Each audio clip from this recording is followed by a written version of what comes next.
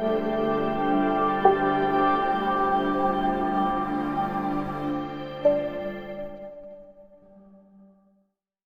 પંચાયત ચૂંટણીનું રણશીંગું ફૂંકાઈ ગયું છે ત્યારે મુન્દ્રા તાલુકા પંચાયત ખાતે મેળા જેવો માહોલ. મુન્દ્રામાં ગ્રામ પંચાયત ચૂંટણીનો મેળા જેવો માહોલ જોવા મળ્યો. ગામના પ્રથમ નાગરિક બનવા તાલુકાના બાકી રહેલ ગામડાઓમાં ચૂંટણી માટે જોરશોરથી તૈયારીઓ ગ્રામજનો કરી રહ્યા છે. ઉમેદવારી પત્ર ભરવાના છેલ્લા દિવસે મુન્દ્રા તાલુકા પંચાયતમાં મેળા જેવો માહોલ જોવા મળ્યો હતો. આપ પણ જુઓ મુન્દ્રા તાલુકા પંચાયતમાં ઉમટેલી જનમેદની. સિરાજ મલેક સાથે કાસમ ખલીફા, ન્યૂઝ 11 ગુજરાત, મુન્દ્રા, કચ્છ. નમસ્કાર મિત્રો, ગ્રામ પંચાયતની ચૂંટણીના બ્યુગલ ફૂંકાઈ ગયા છે કારણ કે આજે ફોર્મ ભરવાની પ્રક્રિયા હતી. ત્યારે મુન્દ્રા તાલુકાના વિશેષ ગામડાઓમાં જ્યારે લોકો ફોર્મ ભરવા આવ્યા ત્યારે સૌથી વધારે ખાસિયત મેં જોઈ અને સૌથી વધારે મને પબ્લિક જો જોવા મળ્યું તો એ શાળો ચૂંટણી ઉપર આમ તો જોવા જઈએ તો વહીવટદાર ખરેખર બે મહિના માટે હોય, પરંતુ ગામનો વિકાસ 3.5 વર્ષ નોંધાઈ ગયો. પણ હવે તો ગામના લોકોને વિશ્વાસ છે કે હવે ફરીથી આપણે વિકાસ તરફ જશું. ત્યારે મારી સાથે જે સરપંચના ઉમેદવાર છે એમની સાથે આપણે વાત કરશું. પહેલાં તો સાહેબ આપનું નામ અને પરિચય આપશો. જુનેજ હાજી. અજીજભાઈ, આપ સરપંચની સીટ ઉપર ઊભા છો, આપની સાથે હુજુમ મોટું છે, પરંતુ કેટલો વિશ્વાસ લોકો પ્રત્યે છે તમને? હવે સાહેબ લોકોમાં જોવા જઈએ તો તમે જોઈ શકો છો ટોટલી સમાજના છે. સથવારા સમાજ, મહેશ્વરી સમાજ, મુસ્લિમ સમાજ, પછી વિષ્ણુ સમાજ, જૈન સમાજ, ટોટલી 18 વણ આપણી સાથે છે. અને આપણો જે મારો પહેલી ટર્મ હતી ઉપસરપંચની, એ દિશામાં આપણે સારા ગામ વિકાસના કર્યા છે આખા ગામને. તો હમણાં ગામ લોકોએ કીધું કે અમે તમે બધાની સાથે છીએ અને બીજેથી આપણે લડશું. આવી અચ્છા, સાળો ગામ એટલે રોડ ઉપર આવતું ગામ, અને સાળો ગામ પણ કહી રહ્યું છે હવે મારો વિકાસ કરે, કારણ કે ઘણા એવી વાતો છે હજી સાળોનો વિકાસ નથી થતો. આમને કહું કે પ્રથમ આપનો જે મુખ્ય રોડ છે હજી એમને પડ્યો છે. સાળો ગામનો વિકાસ ક્યારે થશે અને આપ શું એવા કાર્ય કરશો જેથી કરીને સાળો ગામનો વિકાસ આગળ વધે? સાળો ગામમાં અમે પ્રાઇવેટ ઈ જ આપશું કે રોડ રસ્તા છે, આપણે પેવર બ્લોક છે, ટોટલી સમાજવાડીઓ છે, આપણે બધે સમાજને એમ. અને એવી આપણે કોશિશ કરતો કે વિકાસ સાળો ગામ એક નંબર થઈ જાય એવી રીતે.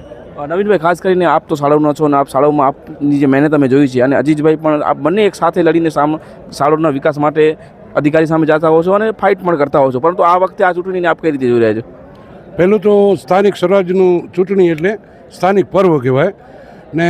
3.5 વર્ષ સુકાની વગરનું ગામ હોય, 3.5 વર્ષ વહીવટદાર હોય, એ ગામ સાળો ગામે ભોગવ્યું છે. હાલાકી હદથી બારે હતી.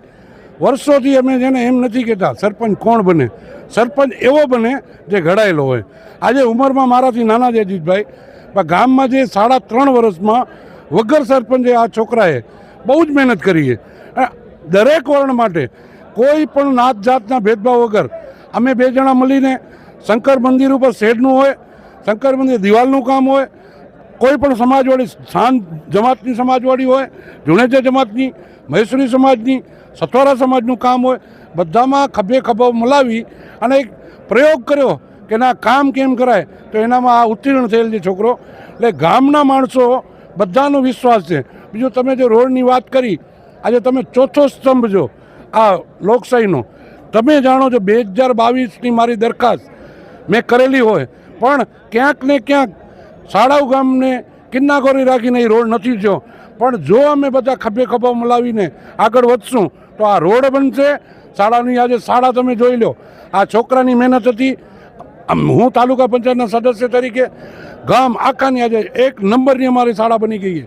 તો અમે એમ જ ઈચ્છીએ છીએ કે શાળાઓને ગોકુળ ગામ બનાવી શકીએ ને આવો સક્ષમ છોકરો આટલી રીતે બધા સમાજો સાથ આપશે તો માલિકની મહેરબાનીથી અને તમે લોકો જોશો કે શાળાઓ નંદનવન બની જશે. ખાસ કરીને શું મુદ્દા લઈને લોકો વચ્ચે જશો મતદારો પાસે? સાહેબ, મુદ્દા પહેલે તો છે ને કોઈ પણ ઝેરના પારખા ન હોય ને પહેલે તમે કામ કરીને જાઓ તો પ્રજા તમને આવકારે. મુદ્દા અમારા કને 3 છે.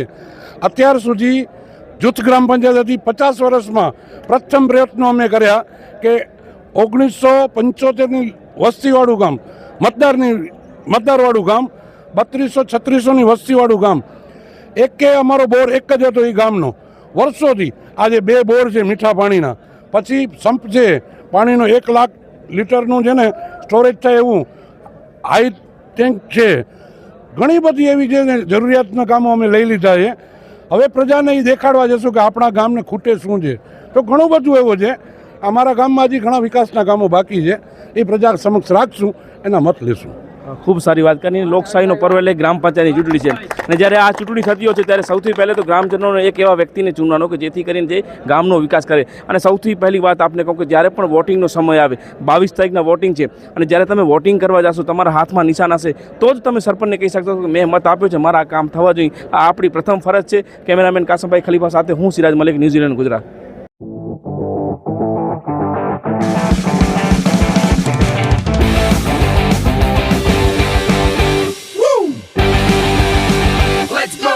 रियल फ्रेशनेस का अनुभव यश सॉफ्ट ड्रिंक्स.